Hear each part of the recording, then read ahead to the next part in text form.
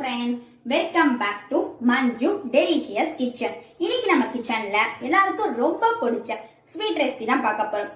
அதுவும் வீட்ல இருக்க பொருட்கள்ல ரொம்ப கம்மியான செலவுல எவ்வளவு டேஸ்டான டெலிஷியஸான ஸ்வீட் பண்ணலாம்னு இந்த வீடியோல பார்க்கலாம்.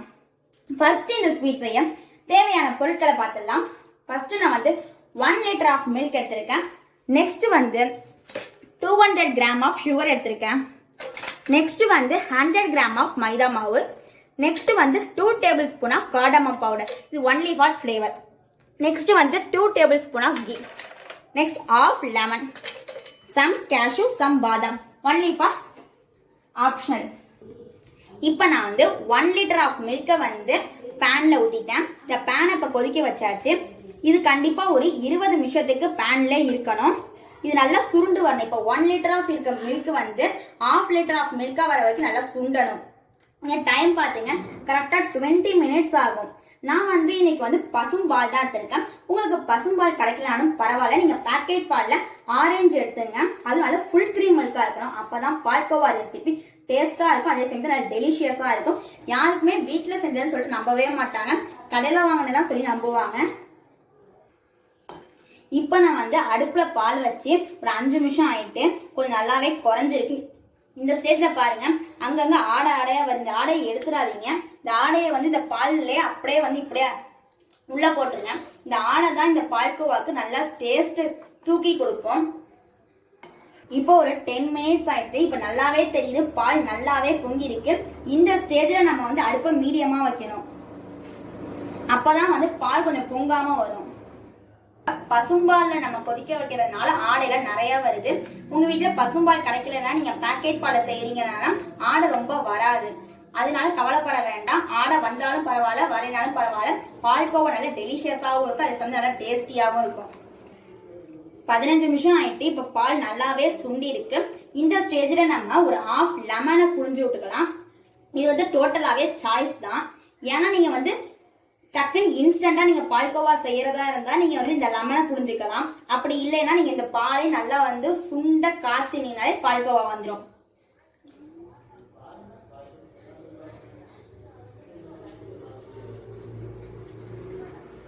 இப்ப நம்ம லெமனை ஆட் பண்ணியாச்சு. இந்த லெமன் ஆட் பண்ணி 5 நிமிஷத்துல இந்த பால் நல்லாவே திரிய ஆரம்பிச்சிடும். அதான் கரெக்டான கன்சிஸ்டன்சி. அப்படி உங்களுக்கு பால் தெரியலன்னா இன்னொரு 1/2 லெமனை ஆட் பண்ணீங்க, அப்ப கண்டிப்பா பால் தெரிஞ்சிடும். இப்பதான் பால் நல்லா திரிய ஆரம்பிக்குது. பார்த்தாலே தெரியும் உங்களுக்கு அங்கங்க திரிஞ்சு இருக்கு. இந்த உங்களுக்கு டவுட் வரும் கண்டிப்பா. இப்ப நம்ம லெமனை புழிஞ்சு விட்டுருக்கோம், இந்த லெமனான ஸ்மெல் வரும்ட்டு கவலையே படாதீங்க. நம்ம அதுக்காக தான் நம்ம கார்டமம் பவுடர் ஆட் பண்ண போறோம். கார்டமம் பவுடர் ஆட் பண்ணனால ஒரு லெமன் ஸ்மெல் வரவே வராது. சோ நீங்க கவலைப்படாதீங்க. இந்த ஸ்டேஜ் தான் மிக முக்கியமான ஸ்டேஜ். இந்த ஸ்டேஜ்ல தான் நல்லா அடி பிடிக்கும். சோ நல்லா கைவிடாம நல்லா அடி பிடிக்க கிண்டுங்க. ஏன்னா இப்ப பால் நல்லா திரிய ஆரம்பிச்சிட்டு, முன்னாடியாச்சும் பாலா இருந்துச்சு, இப்ப தயிர் ஸ்டேஜுக்கு வர ஆரம்பிக்கும். சோ நல்லா கைவிடாம நல்லா கிண்டுங்க. ஒரு 10 நிமிஷம் கையிருக்காம கிண்ணாலே போதும், சூப்பரா பால்கோவா ரெடி ஆயிடும். இப்ப நம்ம பால் நல்லா திரியா வந்துச்சு. இந்த ஸ்டேஜ்ல நம்ம வந்து 100 கிராம் ஆஃப் மைதா மாவு ஆட் பண்ண போறோம்.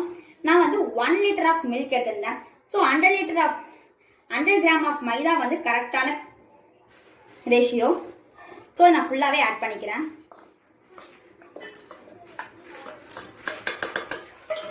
ஏன் நம்ம மைதா மாவு ஆட் பண்றோம்னா அப்பதான் வந்து நம்ம கடையில வாங்கின மாதிரியே பால்கோவா இருக்கும். அது மட்டும் இல்லாம நல்லா திக்காவும் இருக்கும். அதுக்காக தான் நம்ம ஆட் பண்றோம். அப்பதான் யாருக்குமே நம்ம வீட்டுல செஞ்சதுங்கிறது தெரியாது, கடையில வாங்கின மாதிரியே இருக்கும். இப்ப நம்ம வந்து அடுப்புல கிண்டும் போதே நம்ம என்ன பண்ணிக்கணும்னா சைட்ல ஒரு பிளேட் எடுத்து அந்த பிளேட்ல full and full ghee apply பண்ணிக்கணும். ஏன்னா நம்ம அந்த பால்கோவா ரெசிபியை நம்ம வந்து இந்த பிளேட்ல தான் கொட்ட போறோம். உங்ககிட்ட வந்து பட்டர் பேப்பர் இருந்தா பட்டர் பேப்பர் அப்ளை பண்ணிக்கலாம்.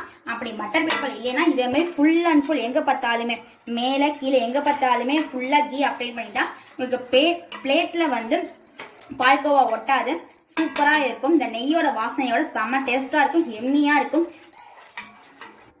இப்ப நம்ம வந்து மைதா மாவு ஆட் பண்ணதுனால கொஞ்சம் லைட்டா கட்டி விடும். அந்த கட்டி என்ன பண்ணி இதை வச்சு அப்படியே வந்து ஸ்பூனை வச்சு இப்படி பிரஸ் பண்ணி விட்டுனாலே போதும், ஈஸியா கட்டினா ரிமூவ் ஆயிடும். இப்ப இப்போ வந்து கொஞ்சம் நல்லா கிண்டிக்கிட்டே தான் இருக்கும். இன்னும் கட்டியெல்லாம் நம்ம வந்து ஃபுல்லா உடச்சி விட்டாச்சு. இன்னும் கொஞ்சம் நல்லா திக்கான கன்சிஸ்டன்சி வரும். இப்ப பார்த்தாலே தெரியும் உங்களுக்கு லைட்டா கொஞ்சம் தண்ணியா ஓடுது. இந்த தண்ணி எல்லாம் போயிட்டு ஃபுல்லா கெட்டியான கன்சிஸ்டன்சி வந்ததுக்கு அப்புறம் தான் நம்ம எடுத்து வச்சிருந்த 200 கிராம் ஆஃப் சுகர் ஆட் பண்ண போறோம். லாஸ்ட் ஸ்டெப் தான் நம்ம சுகர்.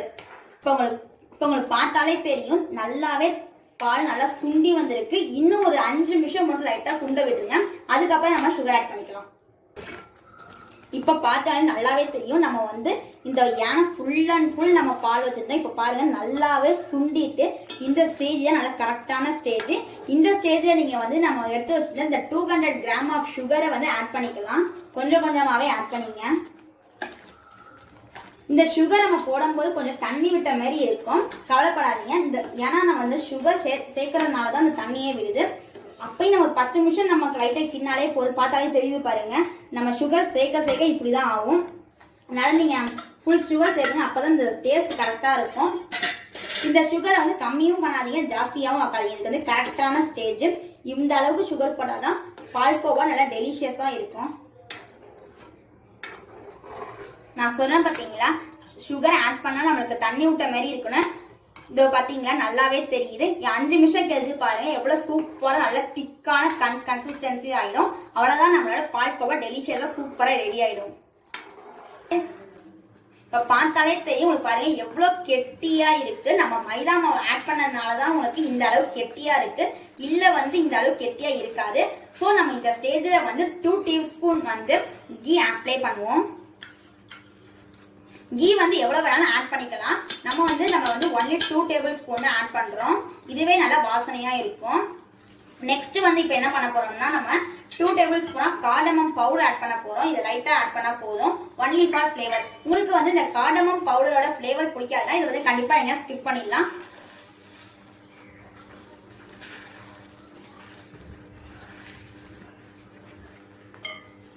இப்ப நம்ம இந்த ஸ்டேஜ்ல நம்ம வந்து முந்திரி பருப்பு எடுத்து வச்சிருந்தோம்ல, அது லைட்டா நான் வந்து உடைச்சிருக்கேன்.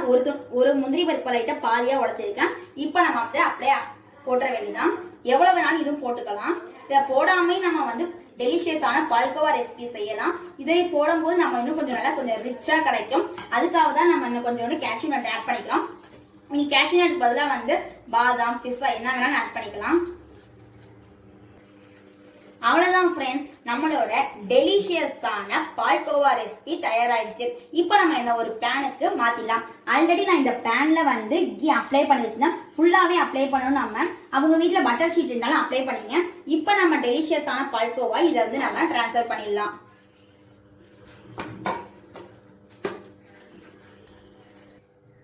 அவ்வளவுதான், நம்மளோட டெலிஷியஸான பால்கோவா ரெசிபி தயாராயிடுச்சு. இப்ப பாருங்க, நம்ம வந்து அடுப்புல உள்ளதை வந்து ஒரு பிளேட்டுக்கு டிரான்ஸ்ஃபர் பண்ணியாச்சு. இப்ப நம்ம என்ன பண்ணோம்னா இது ஒரு பிளேட் போட்டு மூடிட வேண்டியதான். ஒரு 20 மினிட்ஸுக்கு இதை மூடி வச்சாலே போதும், நல்லா இது செட் ஆயிடும். செட் ஆனதுக்கு அப்புறம் எப்படி இருக்குன்னு இப்ப பாத்துடலாம். இப்ப நான் வந்து இந்த சைஸுக்கு தகுந்த மாதிரி ஒரு பிளேட்டை போட்டு மூடி வச்சுட்டேன். இப்ப நம்ம 20 மினிட்ஸ் கழிச்சு எப்படி இருக்கு நம்ம வந்து திறந்து பாத்துக்கலாம். இப்ப 10 நிமிஷம் ஆயிட்டு. இப்ப நம்ம எப்படி இருக்குன்னு திறந்து பாத்துடலாம். வாவ், நல்லா சூப்பரா இருக்கு. இப்ப நம்ம வந்து முந்திரி பருப்பு, பாதாம் பருப்பு எல்லாத்தையும் வச்சு சூப்பரா நம்ம டெக்கரேஷன் பண்ணிடலாம். உங்களுக்கு எந்த பருப்பு இருந்தாலும் அதை வச்சு சூப்பரா டெக்கரேஷன் பண்ணலாம்.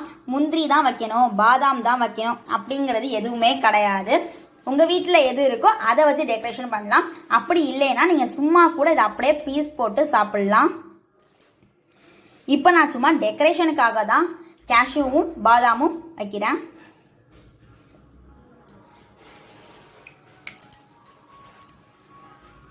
இதை வச்சுட்டு எப்படி இருக்குங்கிறத காட்டுறேன். இப்ப பாருங்க, நம்ம சூப்பரா டெக்கரேஷன் பண்ணியாச்சு. எவ்வளவு அழகா இருக்கு பாருங்க. இதே மாதிரி உங்க வீட்டுல என்ன இருக்கோ அதை வச்சு நீங்க சூப்பரா ரெடி பண்ணீங்க. இப்ப இதை அப்படியே நம்ம வந்து ஃப்ரிட்ஜில் வைக்க போறோம். ஒரு 10 நிமிஷம் ஃப்ரிட்ஜில் வைங்க.